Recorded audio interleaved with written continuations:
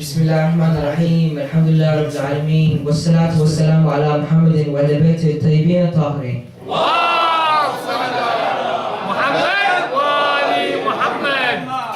Good evening, brothers and sisters. Today we are gathered here to celebrate Imam Ali alayhi salam's birthday. Eid Mubarak to you all. Today my lecture will be about Imam Ali alayhi salam's companion, Salman al-Muhammadi. Salman al-Muhammadi is a really, at that time he was known as a religious person and wise person, and right now is still as known as a wise and religious person. So I'll be talking about a few main points about his life, like how Salman al-Muhammadi got his name, Salman al-Muhammadi, how much he is worth to the Prophet sallallahu alaihi wasallam, and also how he became Muslim. Before I start, I would like to say something first. I myself, I come to these, I come to this mosque quite frequently, and when I hear some people coming on to give speeches or lectures, I personally don't understand them, so I normally just go sit outside with some friends. I want to fix this problem. I think we should have someone that should come here and speak English just for the little ones. Yeah, because when I came inside myself, okay, I saw people playing handball outside, just having fun because they don't know what's going on inside. They don't understand. When I came in, I saw some kids inside here on their phones playing games. Again, they don't understand. Yeah, so we need to fix this problem because they are the future of our generation. Now I'll be talking about how Salman al-Muhammadi alayhi salam became Muslim. Salman al-Muhammadi was born in a village called Isfahan. His father was the head of the village. They were very rich.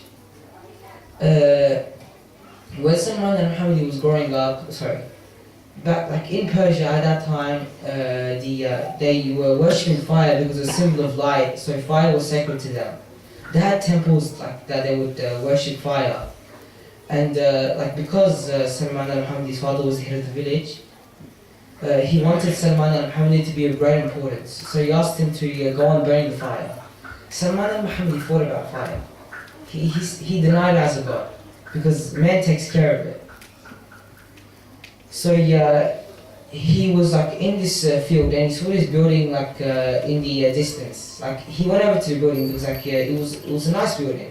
This building was built by some monks to worship Allah. At that time, Christianity was Allah's real religion. When the monks were talking about Allah's religion, they said the religion is from Sham. Salman al-Muhammadi wanted to learn more about the religion at this young age.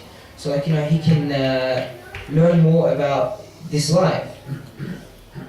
So he packed up some stuff and he ran away to Sham because that's where the religion is from.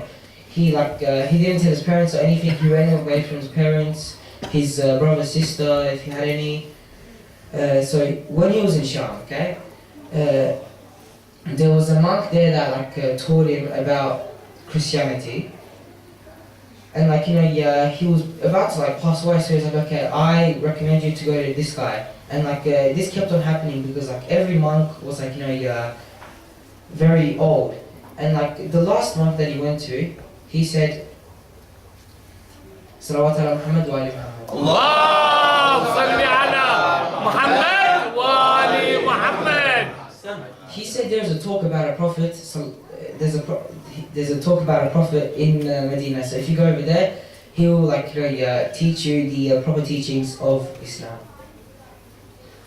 So he went, while he was on his way to Medina, this is my first part done. Now I'm going to be talking about how much he is worth to the Prophet sallallahu alaihi wasallam. So while he was on his way to Medina, he got captured by a merchant, and so he got made a slave. But the merchant still took him to Medina, because his house, his family was in Medina. So they were in Medina.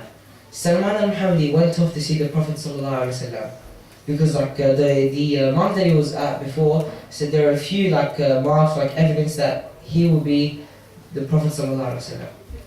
He said there'll be a spot on his neck, and also he only accepts hadiyah, not sadaqah. Sallallahu صلوات على محمد وعلى محمد.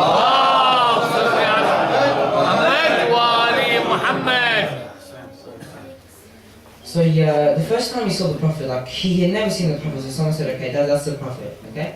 So he had some dates on him. He offered him some. He said, would you like some dates? He said, the Prophet ﷺ answered saying, is this hadiyah or sadaqah? The Prophet ﷺ answered saying, Salman al-Muhammadi answered saying, it's sadaqah. He said, no, I'm sorry, I do not accept sadaqah, I only accept hadiyah. A few days passed and he bought some more dates and offered the Prophet ﷺ more. He said, he asked the same question again, is this hadiyah or sadaqah? Salman al-Muhammadi answered saying, it's hadiyah. So like he accepted the date. And like a few days passed later on, like I think they were at this grave, like I've heard that they were at the grave. Baqi.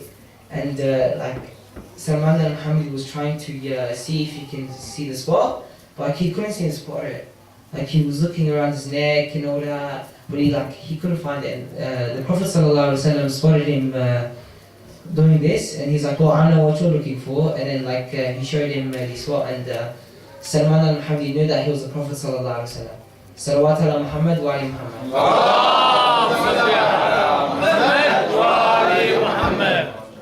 Like a great relationship, friendship formed between them two. And at that time, Salman al-Muhammadi was still a servant. And Prophet ﷺ asked the Imam Ali alayhi to go and purchase Salman al-Muhammadi from the current owner. So Imam Ali alayhi went off to purchase him. And like he asked the merchant, how much like do you want for him? He said, no, I want to sell Salman al-Muhammadi. He is clean-hearted, he's a great worker. So I won't sell him. But then the Imam Ali alayhi did not want to go empty-handed back to the Prophet ﷺ, so he kept on he was persistent and he kept on asking him. He said, under what circumstance will you sell Salman al-Muhammadi to me? He said, I want 300 date trees and 40 kilos of gold. So Imam Ali alayhi the Prophet ﷺ gave him what he wanted and went on with Salman al-Muhammadi.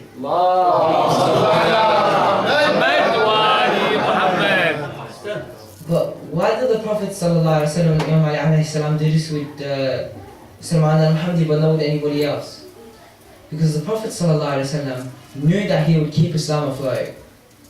He knew that he is clean-hearted, a good person. That's why he only done this with Salman al-Muhammadi. Now I'd be liking to talk about how Salman al-Muhammadi got his name, because back in Persia his name was Rusba. When he moved to Sham, he changed his name to Salman al-Farsi. In Medina, when he was with Prophet ﷺ, there were some invaders, 10,000 troops, coming in to take over. And the Prophet ﷺ only had 5,000, okay? So there's no point of trying to fight back, because they have half as much as the enemy. So Salman al-Muhammadi said, oh, I know what to do. Back in Persia, when this happened to us, we did trenches 5 to 10 meters wide and deep, so they won't be able to pass and get to us. And they listened to Salman al-Muhammadi and they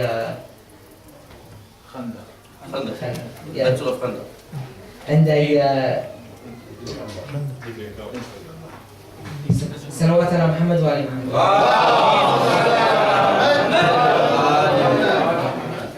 And the invaders couldn't come in because it was too deep and wide. And after this, everyone went to the mosque to thank Allah. Later on, okay, they were looking at Salman al-Muhammadi. They were making fun of him because at that time the Arabs they didn't really like Persians and Farsis that much. So they're like, oh, who is he? Why is he sitting next to the Prophet sallallahu alaihi wasallam? Yeah, they didn't they didn't want him to sit next to him. And the Prophet ﷺ spotted this, no, do not call him Salman al-Farsi, but call him Salman al-Muhammadi, for he's a part of my family.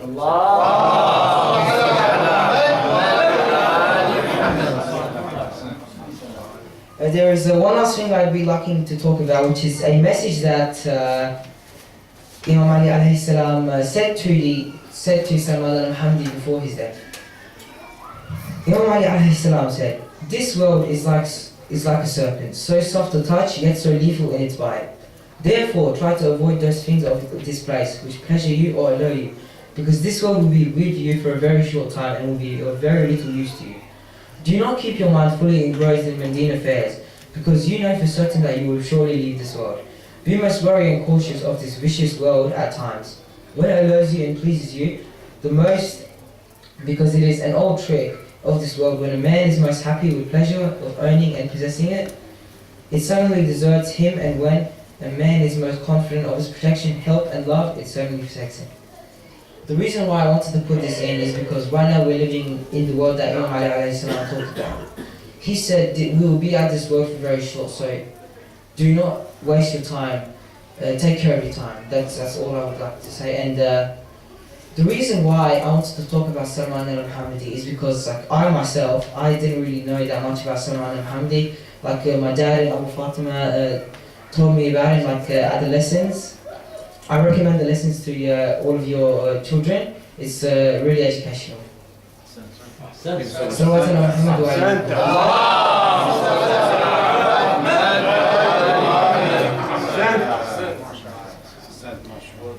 So Salman al-Muhammadi, when he wanted to learn about Islam or Christianity, he was very young, and he knew that there was a high status waiting for him, and a prophet there as well.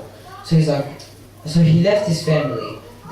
He went through a very rough time, and that's what I personally liked about him. He worked very hard to achieve what he gets, to achieve what he gets, to achieve what he wants. Yeah. Salawat ala Muhammad wa ali Muhammad.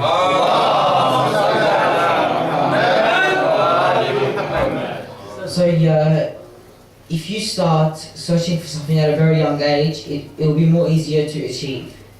If you if you're older, you can still achieve it, but it won't be as easier if you start from the beginning. So let's say an assignment, okay? The teacher gave you an assignment about 2 weeks ago. You leave it to the last day, it will be very difficult. But if you do a little bit, a bit every single day, it will be very easy. That's what I'm trying to say. I'd like to thank you all for coming here today, listening to my lecture, listening to other people's lecture. Thank you for listening.